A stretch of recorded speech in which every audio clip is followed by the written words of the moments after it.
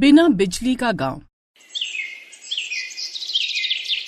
बंसीपुर नाम का एक गांव था जहां साल भर से मौसम के खराब होने के कारण बिजली नहीं आती थी। बंसीपुर गांव कभी उजाले के नाम से जाना जाता था, पर आज उस गांव में चारों तरफ अंधेरा छाया हुआ था। ऐसे मानो जैसे सभी लोग बरसों पुराने बिना बिजली के जमाने में जी रहे थे। ऐसे ही एक दिन गांव की सारी औरतें कुएं पर से पानी लाकर अपनी सारी जरूरत को पूरा करती थी।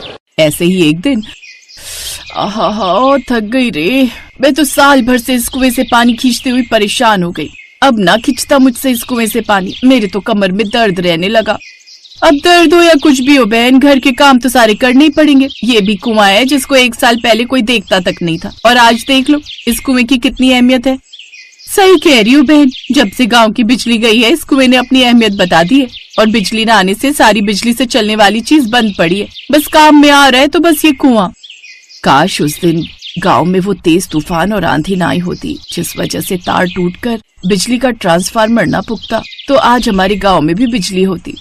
ऐसे सब मिलकर अपने बिना बिजली वाले गांव की दुख दर्द पीड़ा एक दूसरे को सुनाने लगती हैं, और कुछ देर बाद सब अपने घर चली जाती हैं। एक दिन नंदिनी कुएं से पानी लाकर घर पर कपड़े धो रही थी, तभी खुद से कहती है, हे भगवान, इस गर्मी में तो पूरे शरीर का पानी ही निचोड़ जाता है। पहले कुएं से पानी खींच कर लाओ और फिर हाथ से कपड़े धो। क्या फायदा दहेज में वॉशिंग मशीन मिलने का, इसको तो अब मैं बेच ही दूंगी। ऐसे ही एक दिन अंजना गर्मी में हाथ के पंखे से हवा कर रही थी, तभी अंजना अपनी सास से कहती है, आहा गर्मी, किस काम का एसी जब देखो बंद पड़ा रहता है।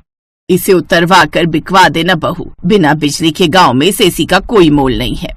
ऐसे ही एक दिन शाम होते ही सारे गांव में गुप्त अंधेरा छा गया था, और गांव के सभी आदमी शाम को दिन ढलने से पहले ही काम पर से अपने अपने घर वापस से आ जाते हैं, क्योंकि पूरे गांव में लाइट न होने की वजह से पूरे गांव में घुप अंधेरा हो जाता है, जिससे पास खड़ा इंसान भी नहीं दिखता था। तभी रात को सुनील अपनी पत्नी से कहता है, माला, अंधेरा काफी हो गया और पास के सभी लोगों के भी दरवाजे बंद हो गए, तुम भी घर का दरवाजा लगा दो, मैं ऊपर छत पर बिस्तर कर लेता हूँ। अंधेरा होते ही सभी गांव के लोग अपने अपने घर के दरवाजे लगा लेते थे, और माला भी अपने घर का दरवाजा लगाकर मोमबत्ती के उजाले में छत पर चली जाती है, फिर बिस्तर पर जाकर लेट जाती है। जैसे ही माला की आंख लगती है तभी माला को अपने घर के दरवाजे के बजने की आवाज आती है। उसी वक्त माला अपने पति सुनील को जगाकर कहती है, अजीब, इतनी रात को हमारे घर पर कौन आया होगा? मैं देख कर आता हूँ। इतने में पड़ोस में छत पर लेटा हुआ एक आदमी कहता है, अरे सुनील भैया, रात को इस वक्त दरवाजा बिल्कुल मत खोलना, ये कोई डाकू या चोर होगा। रात को अब हमारे गांव में चोर लुटेरे भी आने लगे हैं। पड़ोसी की बात सुनकर सुनील दरवाजा खोलने के लिए नहीं जाता है। अब गांव में बिजली न होने के कारण रात के अंधेरे में 4 लुटेरों की भी आने की दहशत लोगों में फैल गई। फिर सारी रात सभी लोगों की चोर डाकू की दहशत में गुजरी। फिर एक दिन दोपहर को गांव के सारी औरतें पेड़ के नीचे बैठकर आपस में वार्तालाप कर रही थी। तभी अंजना की सास कहती है, मुझे नहीं लगता बहन अब कभी हम लोगों को बिजली नसीब होगी। धीरे धीरे आज 2 साल होने को जा रहे हैं लाइट आने की उम्मीद में, पर मुझे नहीं लगता अब कभी लाइट आएगी हमारे गांव में।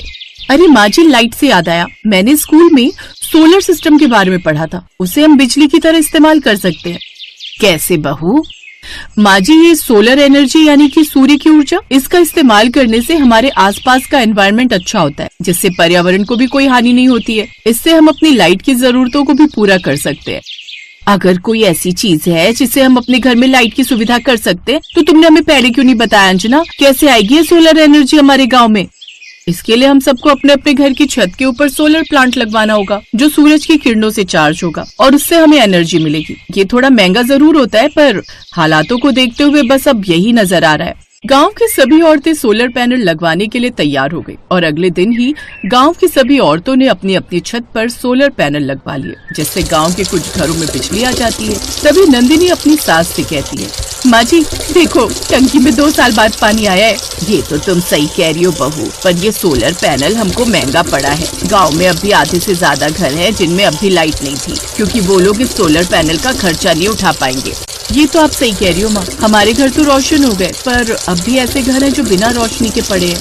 नंदिनी और उसकी सास ऐसे बिना रोशनी के घर की बात सुनकर उदास हो जाती है, और वहीं दूसरी तरफ कमला की लड़की पिंकी कहती है, माँ हमारे गांव में बिजली आ गई है, देखो नंदिनी आंटी के घर में लाइट चल रही है।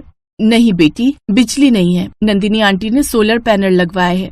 तो हम भी पापा से बोलकर सोलर पैनल लगवा लेते हैं। नहीं बेटी, हमारे पास इतने पैसे नहीं है जो हम सोलर पैनल लगवा सके। ऐसे ही गांव के किसी घर में लाइट आ रही थी तो किसी घर में नहीं थी। यही सिलसिला जारी रहा और एक दिन फिर से गांव की सभी औरतें उस पेड़ के नीचे बैठी थीं और आपस में बातें कर रही थीं। नंदिनी भाभी, अब तो एसी की हवा में अच्छी नींद आती होगी तुमको। तुम्हारे घर में तो लाइट आ गई और एक हम है, पूरी रात 1 मिनट को आंख नहीं लगती गर्मी के मारे। क्या मजे आ रहे हैं कमला दीदी, कर्जा लेकर लगवाया था ये सोलर पैनल, अभी तक नहीं उतरा सर से कर्जा। बड़ा ही महंगा पड़ा ये सोलर पैनल, इससे अच्छी तो हमारी लाइट ही ठीक थी। कमला और नंदिनी की बात सुनकर अंजना कहती है, मैं ये सोच रही थी क्यों ना हम लोग गांव में बिजली लाने का ही कुछ जुगाड़ करें। पर हम गांव में बिजली कैसे ला सकते हैं जब आज तक मर्द लोग इस गांव में बिजली नहीं लेकर आ सके। हम मर्द लोगों से कम है क्या? वैसे भी गांव में बिजली मर्द नहीं बल्कि हमारी शिक्षा लेकर आ सकती है। आप लोग कहो तो हम लोग कल ही बिजली दफ्तर चलते हैं और अपने गांव में बिजली ला कर दिखाएंगे।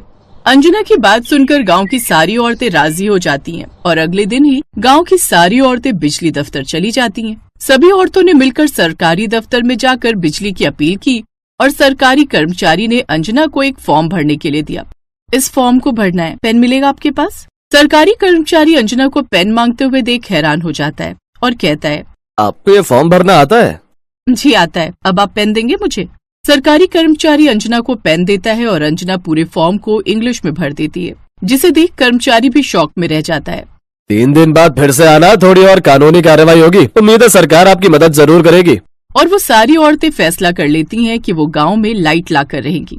और अंत में एक दिन गांव में सरकारी कर्मचारी बिजली जोड़ने के लिए आ जाते हैं। अंजना का पति मुकेश कहता है, आखिरकार हमारी गांव की औरतों ने गांव में बिजली के तार जुड़वाई दिए और उनकी मेहनत रंग लेकर आई।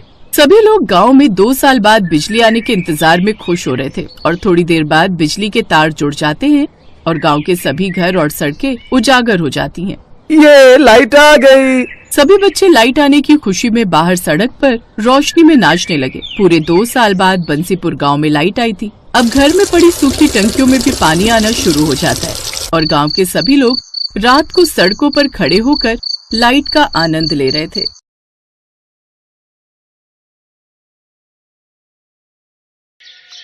माँ जी, मैं जल्दी से कपड़े धोकर आ जाती हूँ, नहीं तो भीड़ लग जाएगी नल पर। बहू भरी गर्मी में कहाँ जाएगी कपड़े धोने? मुझे तो डर है कहीं तू बीमार ना पड़ जाए। माँ जी आप जाने दो मुझे कपड़े धोने, नहीं तो फिर शांति आंटी की बहू पूरे कुनबे के कपड़े लेकर धोने बैठ जाएगी, जिससे शाम तक नंबर नहीं आएगा। ठीक है तेरी मर्जी, चली जा कपड़े धोने। रीता कपड़े लेकर नल पर धोने